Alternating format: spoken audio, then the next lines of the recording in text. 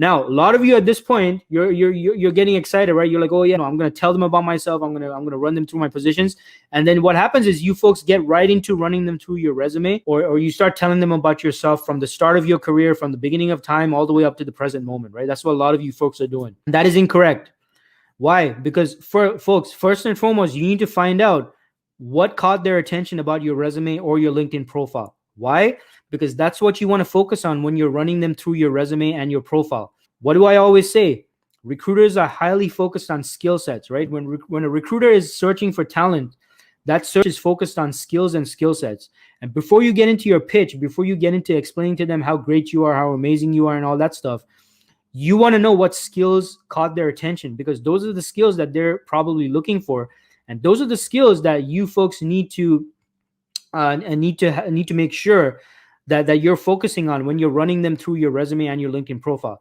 So let's say the recruiter asks, let's say, a recruiter calls me and says, hey, Dean, so, can you tell me about yourself? I have your resume in front of me. I have your LinkedIn profile in front of me. Can you tell me about yourself, or can you run me through your resume or your profile? Then my response to that would be, hey, absolutely, Mr. and Mrs. Recruiter, happy to do that and appreciate your time, appreciate you calling me. Now, before I get into that, and to make sure I highlight the most relevant aspects of my background, if I may ask, Mr. and Mrs. Recruiter, what caught your attention about my resume, or what caught your attention about my LinkedIn profile? And then shut up, folks. You want to hear what they say, right? So then the recruiter might say, well, Dean, what caught my attention about your resume is X, Y, and Z, right? And then one more question you might want to ask is, okay, great. So why did that capture your attention, Mr. and Mrs. Recruiter? Is that what your client is looking for, right? You want to ask that. And the recruiter might say, yeah, I mean, that's what they're looking for in an ideal candidate.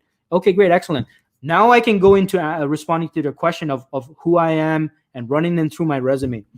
Do not do that until you have established this, folks. Otherwise, you folks are talking about a whole bunch of stuff. The recruiter is going to zone out, right? The only person paying any attention is going to be you. The recruiter is going to just, pretend like they're listening because they don't want to be impolite. And you're going to be talking about a whole bunch of stuff that might be great, that might be impressive for sure. Hey, I'm not saying it's not impressive or great, but it's not going to be relevant, right? And you're covering all this stuff the recruiters are not even paying attention to.